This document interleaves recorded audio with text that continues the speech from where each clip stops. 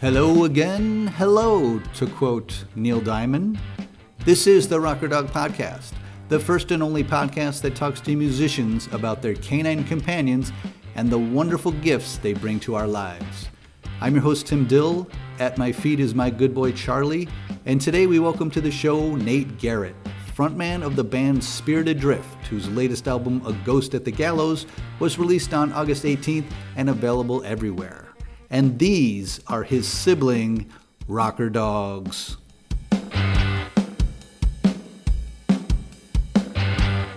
Okay, well, right now, and for the past, 3 years, we've got a brother and sister named Hank and Dolly. Their dad is a black lab, sort of chocolate lab, and their mom is a golden retriever.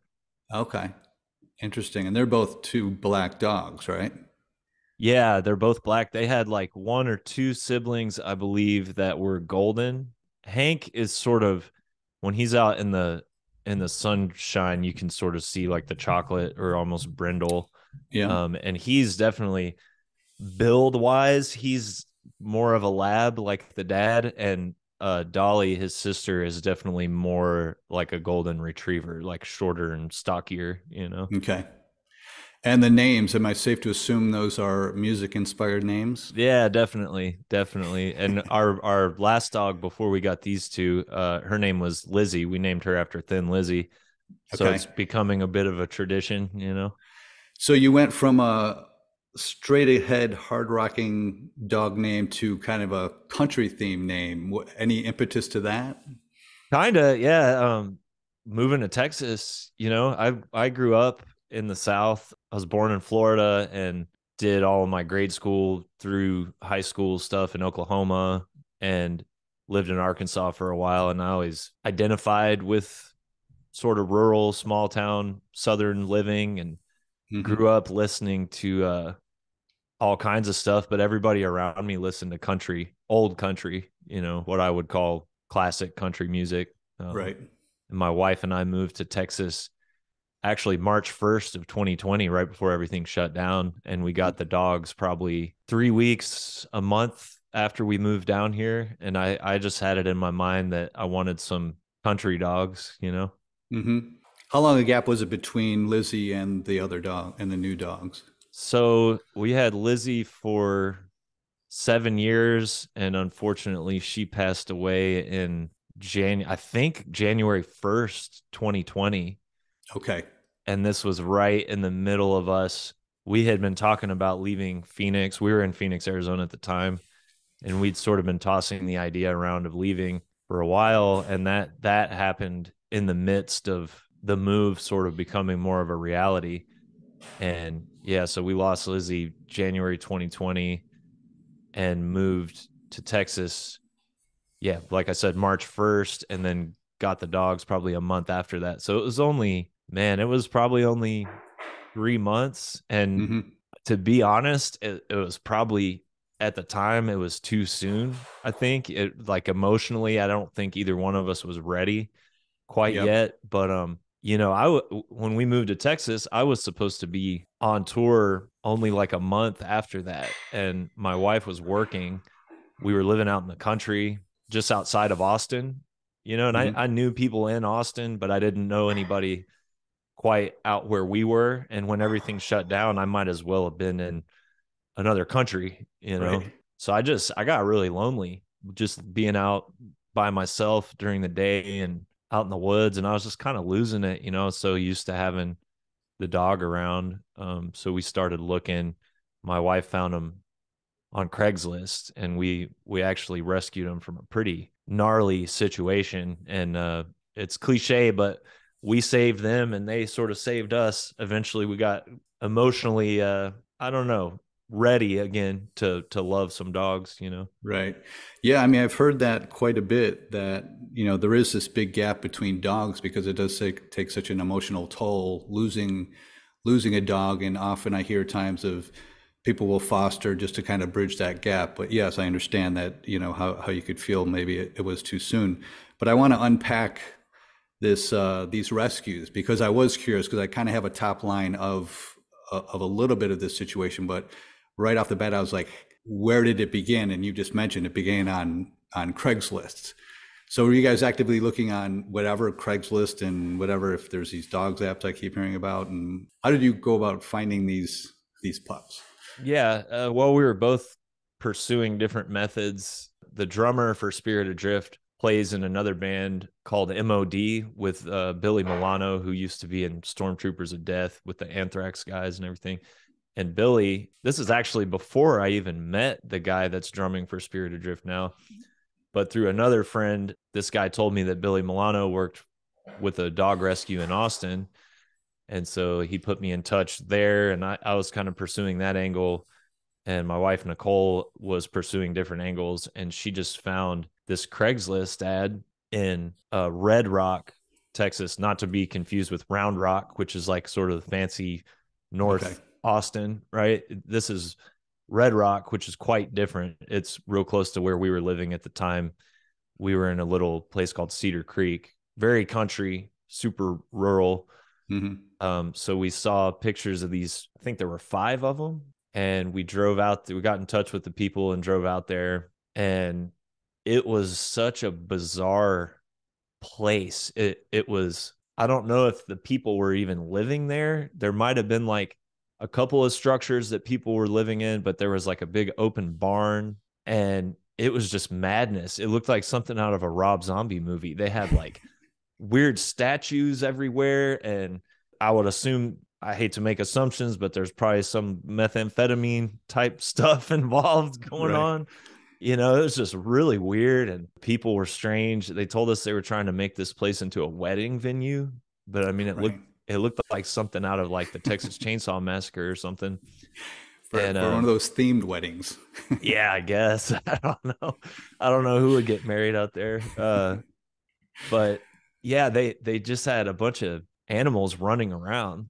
Like Hank and Dolly's parents were out there. I mentioned them earlier, but then there were like other full-size dogs running around, and just literally wild, like basically feral animals. And there were only 2 puppies left when we got there, and it was Hank and Dolly, and they wanted to get out of there. They made a big impression on us, you know, came right up to us, and they were playing in front of us and just showing us everything they could do, you know, trying to get out of there, I feel like. And it was, when I saw the conditions they were in, it was no question, like, we're taking these dogs, you know. Yeah, that's crazy. I heard you say on another interview that the people came across as like, it was kind of contradictory, but they were like, oh, we're so happy for you to adopt these dogs. We care about these dogs. And you felt like, well, if you cared about them, they wouldn't be in such neglect. Yeah, that stands out in my mind for sure. That's something it's weird what you remember long term about interactions like that. But I did find that to be like, you know, at the time I just wanted to get the dogs. So it was like, okay, I'm not going to judge these people or say anything to them or anything like that. But it's in retrospect, like, seemed like such an odd comment, because all these dogs were basically fighting each other out in the wild to eat. And, you know, our puppies, when we got them home, I don't think they'd ever been inside a enclosed building. Right. They were probably 3 or 4 months old, we think, when we got them, just like full of worms, crawling with fleas. I used to just take them one at a time and lay them on my lap and just watch their bellies and just watch the fleas walk across their bellies, and have to pick them off because they were too young to give them any medication or anything like that. So it was an odd comment to say we love our dogs so much. And it's like, well, you got a strange way of showing that, well, you know. Looking back, do you think they're being manipulative or they're ignorant? Ignorant. Okay. So they thought they were doing, you know, they thought they were running a legit operation, I guess. Whatever that operation may be. What about the mother? Did the mother look like she was a breeder? Not really. I just think I don't think these people would even consider themselves breeders. It's just everything was going along unchecked, you know. It just I think it's probably you know, country ass people, and I'm a country ass person, but there's like country people and there's no offense, but like white trash, that probably Yeah. just doesn't know any better. It's probably the way that things have been running in that family forever. The humans themselves were probably came up neglected, Yeah. so they don't know any difference. That they probably aren't of a culture that, you make sure and take the puppies and get the proper vaccines and get everybody fixed and everything like that. They probably just letting stuff run its natural course. I would imagine that's the way that they look at it. Yeah. And I also picked up that Hank had problems with his hips. Yeah. And credit to my wife. I must have been like forcefully ignorant about it, but she noticed that pretty early on. He was born with hip dysplasia, genetic hip dysplasia. And we almost think that these were the last two dogs in the litter. And I think that maybe they got smushed together coming out or something, because his hips are real narrow, and Dolly, she has like a pretty narrow head for as big as her body is. So, they're special, truly special. But yeah, he was crying a lot on the drive home, and we thought maybe it's because of the anxiety of the new situation. Probably had never been in a car, didn't know who we were. But after a while, I started, like I said, my wife noticed it first. She said, I think there's something wrong with his legs. And I was just like, no, let's not go there. Everything that we had gone through with Lizzy, I didn't want to, was trying to not be paranoid, you know. But one day I just noticed that he couldn't get up and walk. And I thought maybe something neurological was going on. That's what happened with Lizzy. She got something called valley fever, which was like a fungal growth on her spine that really affected her motor functions and stuff. So that's where my mind went. I was traumatized from all that. And so I rushed him in, and they took x-rays and stuff and realized that both of his hips were out of socket. Jeez. Was that an easy thing to fix once it was diagnosed? Not really. We couldn't operate for a year because we needed him to be skeletally mature, Right. and here we were fresh off of this really, for lack of a better word, like traumatic experience with our last dog. That it was a really difficult thing to go through. And here we got these new puppies to make ourselves feel better. And this poor guy, physical issues right off the bat. So he got put on pain medication for a year. So he had to take pain pills for the first year of his life. And then we found a place in Austin called Aves, Aves, that was just great. But we had to replace both of his hips. Wow. Now, is that part, I can't remember where I got this from, but in the beginning, I don't know if this is behavioral or just, you're describing a lot of issues you're having, but I got the note that you weren't sure it was working or if you liked them at first. And they eventually won you over. So I'm wondering where does that stem from? I know where you got that note, actually. So we had a vet in Austin, just almost like a primary care physician for human, and they gave us a list of recommended places for surgery. And the first place that we called, it was so confounding and confusing. We talked to the surgeon, and he was an asshole. His attitude was like, it was horrible.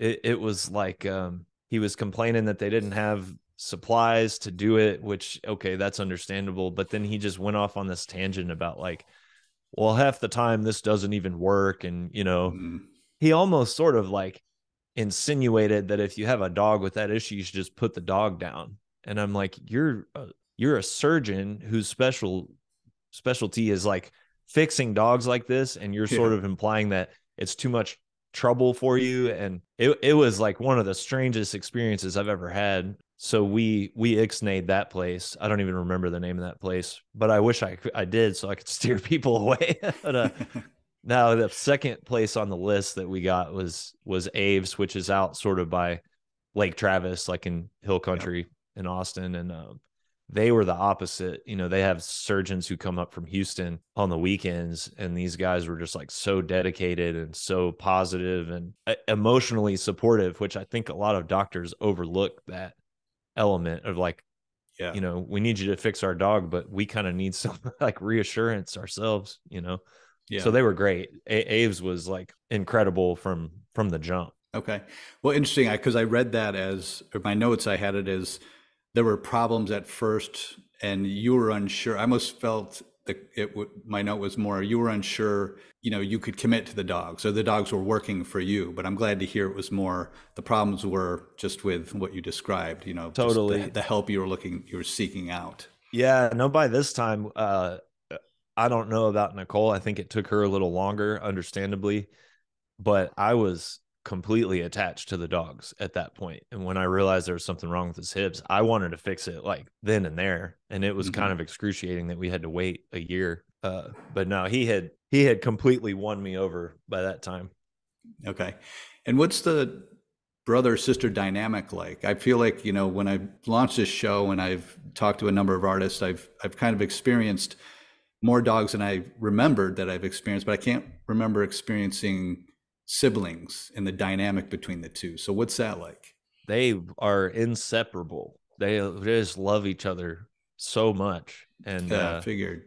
from day one. And there was a lot of thought put into our decision making with getting, first of all, two dogs and also getting a boy and a girl. Because, when I was at the height of my touring before COVID, I was gone a lot, and my wife Yeah. works full time, and she felt pretty guilty about having to leave Lizzy alone by herself at home. So my master plan was, well, when we get to Texas, we'll have two dogs so that Nicole won't have to feel bad when she goes to work, because these dogs will have each other. It's funny. I didn't get back to touring for another 2 years. Yeah. So I pretty much was like full time just raising the dogs from 2020 until 2022, basically. But yeah, they just love each other, love each Yeah. other. They do everything together. We trained them from early on. They eat their meals just right next to each other. Their bowls are in like the same platform. Yep. They don't fight over food. I was very particular about that, making sure that they don't fight over anything. They know that they're both going to get equal everything, whether it's like treats or attention, or if you pet one of them for 30 seconds, you got to pet the other one for 30 seconds. And So it funny. worked. I mean, they are best buds. Yeah. You love to see that. And I'm sorry, just going back one step, you were mentioning you guys were seeking out a male and a female, or it just happened to Yeah. go that way? Yeah. I've read a lot that two female dogs usually will have trouble getting along. They tend to be like sort of territorial. Hmm. I'm not sure about two boy dogs, how that dynamic is, but for whatever reason, yeah, we thought it would work best to get a Hmm. boy and a girl from the same litter and just Okay. raise them with equal love and attention, like I said, and so that they would never have to be alone when we're both gone. Yeah. And it sounds like you're confident in your training. Did you do all the training yourself, or was there a third I party did. ever? No, there wasn't. I grew up with dogs. Okay. I had a Jack Russell Terrier growing up. I think I got him in when I was in third grade. His name was Rocky, and I sort of trained him. And then he got a friend named Taffy, a girl Jack Russell Terrier. So I had some experience, and we had Lizzy for 7 years and trained her on our own. And Hmm. these two are good. We're on 11 acres out here, and they like to chase deer and rabbits and lizards and stuff like that. And they're a little bit wild. They're country dogs for sure, but when when it's something serious and they need to listen, they listen for sure. Right. That's cool. They are. I mean, that's a smart. The mix of lab and golden retrievers are smart breeds, Mm-hmm. regardless. Let's give Lizzy a little love here. What was? Let's go back. To the beginning of her life. What was going on in your life when she came about, and the decision to get her at the time. Man, I didn't realize it until a lot later. My wife told me, pretty recently, I was in a bad spot. That was sort of, I've been sober 8 years, and that was a couple of years before I got sober, and it was dark, dark, bad Hmm. times. And, my wife suddenly wanted to get a dog, and she told me later that was sort of, she thought it might help me get out of that. And I think it did. In retrospect, I think it really helped. But her friend, my wife's friend, had a litter of pit bull black lab mix dogs, and we Mm-hmm. went and met her, and there were like 3 or 4 of them left when we got over there. And as soon as we walked in, she looked right at me and walked to like a pee pad and peed on the pad, staring at me as if, look, I already know how to do this. And then she walked up and grabbed my pinky in her mouth, and I was Oh like, my well, gosh. that's the dog. And took her home. And yeah, man, unfortunately, I was pretty checked out for the first couple of years of having her, which I don't have a lot of regrets, but that sucks. I wish I could do that differently. But I got a good like 4 or 5 years with her where I was fully present, and she was special, really special. That's 2 really smart, obedient, loving breeds, pit bulls for a long time. Yep. When I was growing up, especially, there was like this basically propaganda about the Yeah, breed. stigma. Yeah, definitely. But I had met some really awesome pit bulls when I lived in Arkansas that won me over. And Lizzy was awesome, man. And we put her on the cover of this album we put out in 2020, Enlightened in Eternity. So she's immortal on there. Yeah, I was going to mention that. Now, do the dogs ever make? I mean, do they ever make it on an album with a howl, or do they ever make it on your body art?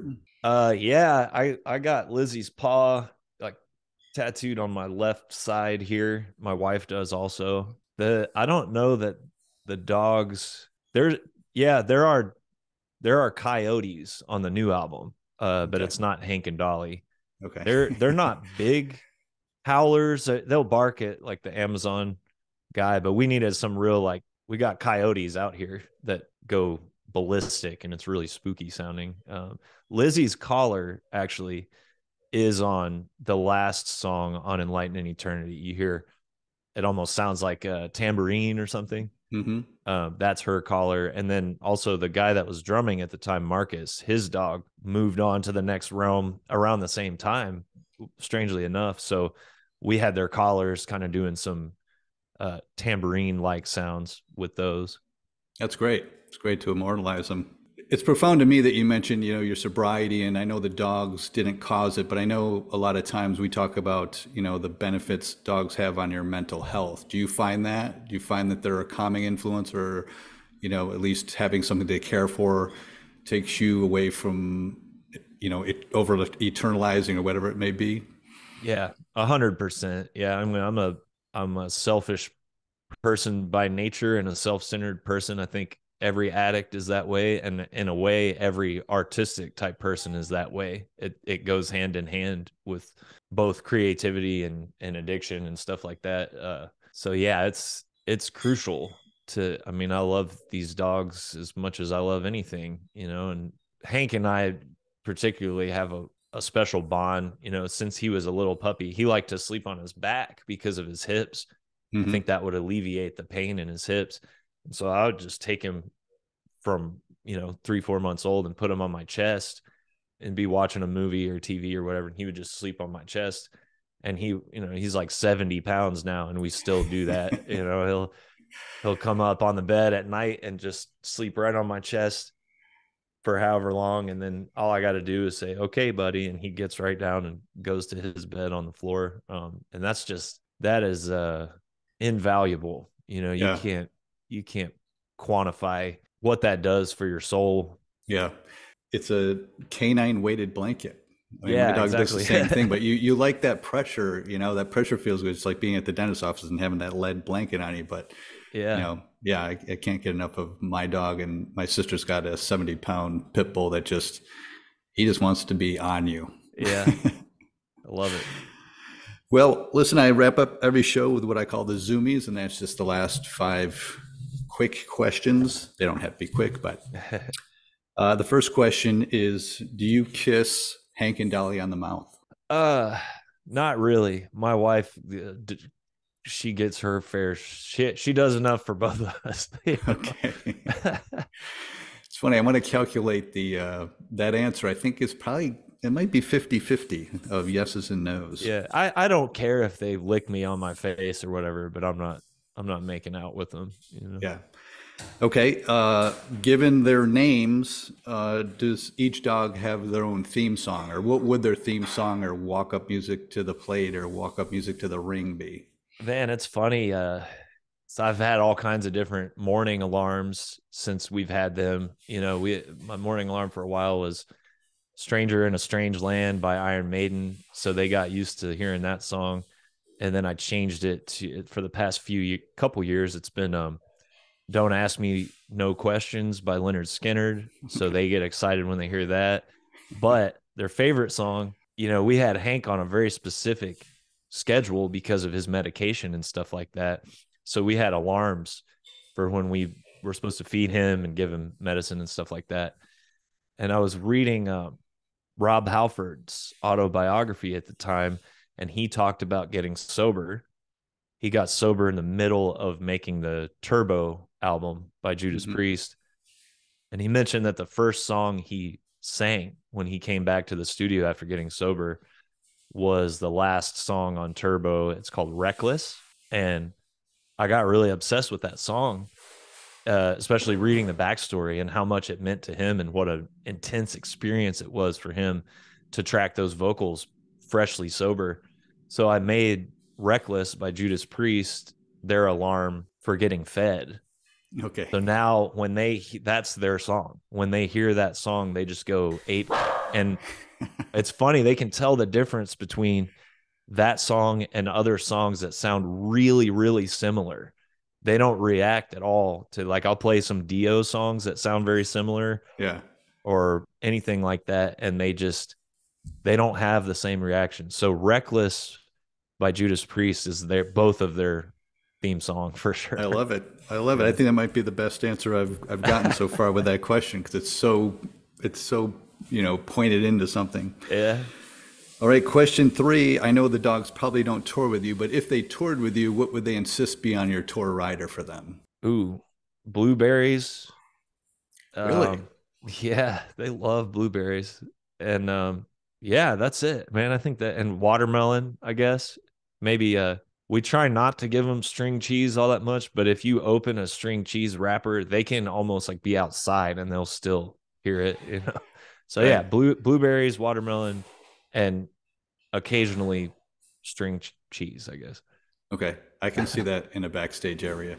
All right, question four is do you use a dog voice to speak to them? Do you go Uh, high pitched baby voice or yeah, definitely. how about do you give either one of them a voice? Do you personify them with a voice you figured, characterize them? 100%.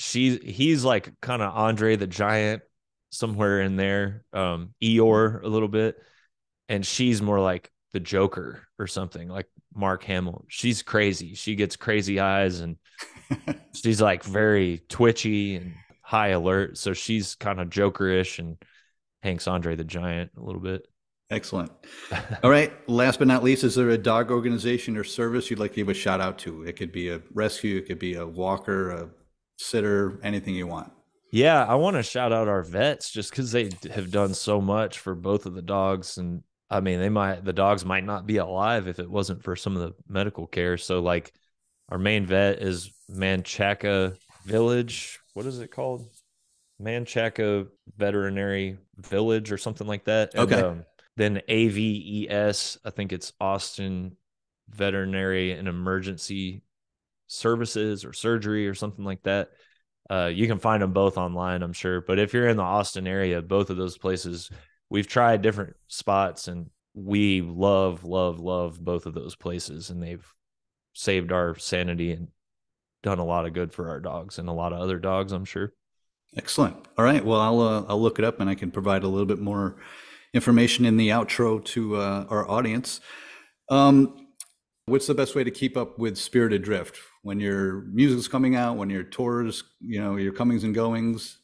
Yeah, well, beat the algorithm and just go to spiritadrift.com. I personally update that website. We have a mailing list that I really don't bother people unless it's something huge. I'm going to send out an email when our pre-orders for the new album go up. And yeah, spiritadrift.com. Nobody sees anything we post on Facebook anymore. You have to buy ad revenue, or I don't know. The algorithm's just beating us all down. So spiritadrift.com, and you'll get info straight from us. Okay, it sounds good. Well, Nate, thanks for giving me your time. I loved hearing the stories about Hank, Dolly, and Lizzy, and I appreciate it, and best of luck to everything in the future. Thanks, Tim. I really enjoyed this, man. Hey, thank you. I appreciate that.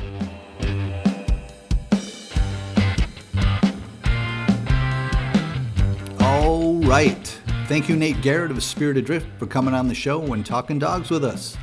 Spirit Adrift's latest album, A Ghost in the Gallows, is out now, and they'll be playing Metal Injection Fest with Testament, Machine Head, Fear Factory, and others on September 17th at the House of Blues, Anaheim. For tickets, go to spiritadrift.com.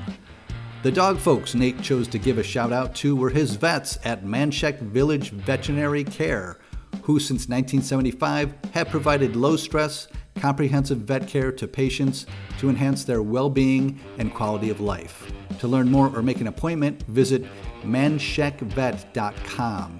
Now that's a bit tricky in spelling and pronunciation, so that is MANCHACA vet.com. Nate also praised the work of AVES, AVES, which stands for Austin Veterinary Emergency and Specialty Center. That C is extra and drops off.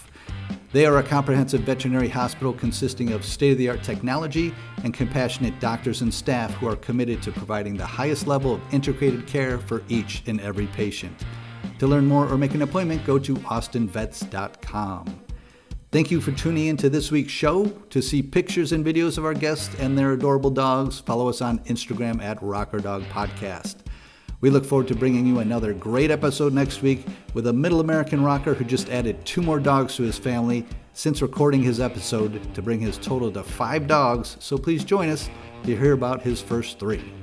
All right, it's time to switch gears to my real job. We'll see you next week, everybody.